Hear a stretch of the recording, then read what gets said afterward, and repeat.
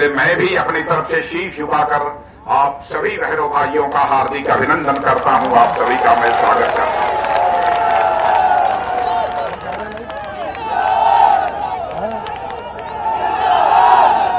बहनों भाइयों, 2014 में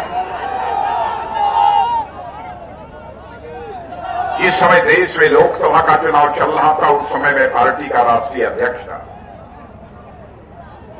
और मुझे याद है उस समय भी सार्वजनिक सभा को संबोधित करने के लिए संभवतः मैं इसी स्थान पर आया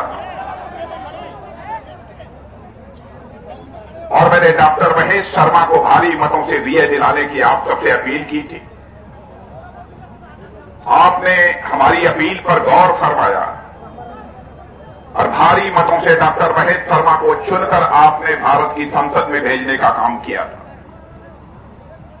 आपने मेरी बात को रखा, मेरी जुबान को रखा, इसलिए फिर से एक बार मैं शीश झुकाकर आप सभी के प्रति आभार व्यक्त करना चाहता हूं, क्योंकि जो मैंने आप सबसे अपील की थी उसे आपने सहज रूप से स्वीकार किया है। विगत 5 वर्षों से लगातार केंद्र में श्री नरेंद्र भाई मोदी के नेतृत्व में आप सरकार को काम करते हुए देख रहे हैं। देश में किसी को बतलाने की जरूरत नहीं है यह सरकार कैसे काम कर रही है। बहनों भाइयों, हमारा कोई भले ही विरोधी क्यों न हो, यह तो कह सकता है कि नरेंद्र भाई मोदी ने यह काम किया, उनकी सरकार ने यह काम किया, वह काम नहीं किया। काम किया लेकिन जितना करना चाहिए था उतना काम नहीं किया, इस पर तो बहस हो सकती है। लेकिन इतनी बात मैं दावे के साथ कह सकता हूं बहनों भाइयों, भारत ही नहीं दुनिया का कोई व्यक्ति उंगली उठाकर नहीं कह सकता कि हमारे प्रधानमंत्री नरेंद्र भाई मोदी के दामन पर कोई भ्रष्टाचार की दाग लगी हुई हो, यह कोई नहीं है।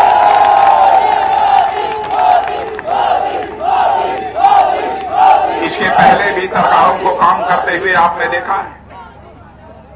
55 से लेकर 60 वर्षों तक लगातार इसे हिंदुस्तानों में अखंड हुकूमत किसी एक राजनीतिक पार्टी ने की है तो कांग्रेस ने की है। जब जब कांग्रेस की सरकार आई है उन पर गंभीर भ्रष्टाचार के आरोप लगे हैं। लेकिन बहनों भाइयों, भारतीय जनता पार्टी की सरकार पर, चाहे हमारे केंद्र की सरकार रही हो तो उत्तर प्रदेश की सरकार रही हो, कोई नहीं कह सकता किसी मुख्यमंत्री ने अथवा किसी प्रधानमंत्री ने कोई भ्रष्टाचार किया हो। मैं भूल नहीं सकता आदरणीय अटल बिहारी वाजपेयी जी को, किन परिस्थितियों में वह भारत के प्रधानमंत्री बने थे। 6 वर्षों तक उन्होंने सरकार चलाई, लेकिन किसी की हिम्मत नहीं थी कि आदरणीय अटल बिहारी वाजपेयी जी पर भी उंगली उठाकर कह दे अटल बिहारी वाजपेयी जी के दामन पर भी कोई दाग लगी हुई है। जहां तक उत्तर प्रदेश का सवाल है, यहां पर आप लोगों ने श्री कल्याण सिंह जी की भी सरकार को काम करते हुए देखा है। राम प्रकाश जी को भी मुख्यमंत्री के रूप में काम करते हुए आपने देखा है, मुझे भी देखा है और आज हमारे योगी आदित्यनाथ जी को काम करते हुए देख रहे हैं।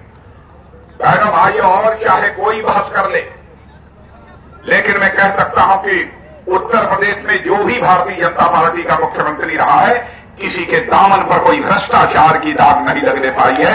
यह भारतीय जनता पार्टी की विशेषता है, यही भारतीय जनता पार्टी का चरित्र है। और इतना ही नहीं, काम करने की शैली का जहां तक सवाल है, मैं 1-2 मिसाल आपके सामने रखना चाहता हूं। प्रधानमंत्री आवास योजना के अंतर्गत जिस समय डॉक्टर मनमोहन सिंह जी भारत के प्रधानमंत्री थे, 2008 से लेकर 2014 में इस प्रधानमंत्री आवास योजना के अंतर्गत इस देश में 6 वर्षों में केवल 25 लाख आवास बने थे। लेकिन हमारी सरकार जो 5 वर्षों से काम कर रही है, बहनों भाइयों, आंकड़े उठाकर आप देख लेना, 5 वर्षों के अंदर ही हमारी सरकार ने 1 करोड़ 30 लाख आवास बनाकर लोगों के हवाले करने में कामयाबी हासिल की है। काम करने का यह तरीका होता है। 55 वर्षों की अपनी हुकूमत में टॉयलेट, शौचालय जहां तक बनवाने का सवाल था, कांग्रेस की जब सरकार थी उस समय केवल 40% टॉयलेट यानी शौचालय बने थे। लेकिन 4.5 वर्षों के अंदर ही हमारी सरकार ने 98% शौचालय बनाने में कामयाबी हासिल की है। यह उदाहरण मैं आप सबके सामने इसलिए रख रहा हूं कि बहनों भाइयों, हर व्यक्ति की, हर सरकार की एक अपनी काम करने की शैली होती है। और यह मैं नहीं कह रहा हूं, भारत ही नहीं बल्कि दुनिया के राजनीतिक समीक्षक की सच्चाई को मानते हैं कि भारत में सबसे अच्छी सरकार चलाने वाली यदि कोई राजनीतिक पार्टी है तो उस राजनीतिक पार्टी का नाम है भारतीय जनता पार्टी। यह सभी मानते हैं। मैं यह कोई दावा नहीं करना चाहता कि भारतीय जनता पार्टी अपने में परफेक्ट है, लेकिन इतनी बात मैं कह सकता हूं कि जितनी भी राजनीतिक पार्टियां भारत में हैं, इन सारी राजनीतिक पार्टियों में अच्छी सरकार चलाने वाली, गुड गवर्नेंस देने वाली यदि कोई पॉलिटिकल पार्टी है तो बहनों भाइयों, हमारी और आपकी पार्टी है भारतीय जनता पार्टी।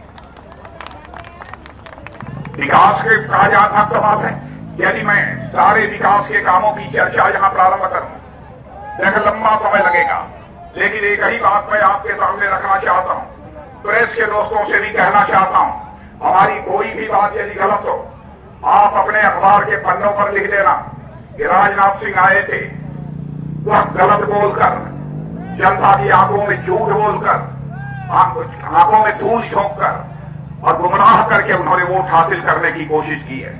हमारी यदि गलती होगी तो मैं क्षमा याचना कर लूंगा। और यह बात मैं इसलिए कह रहा हूं कि मेरे बहनों भाइयों, जिंदगी में आप भी जानते हैं, मैंने राजनीति की है तो जनता की आंखों में धूल झोंक कर राजनीति नहीं की है, जनता की आंखों में आंख डालकर राजनीति की है, इसलिए मैं कह रहा हूं।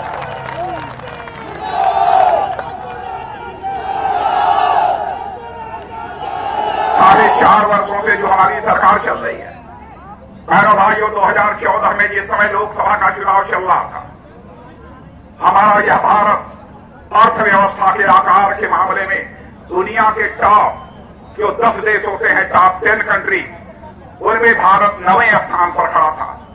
लेकिन 4.5 वर्षों में ही हमारे प्रधानमंत्री ने जिस प्रकार से सरकार चलाई है, बहनों भाइयों, आज आप सीना ठोक कर फख्र के साथ कह सकते हो कि 4.5 वर्षों में ही जो हमारा भारत दुनिया के टॉप 10 कंट्रीज में 9th रैंकिंग थी, 9वें स्थान पर खड़ा था, 4.5 वर्षों में ही वह जंप लेकर 6ठे स्थान पर पहुंच गया है।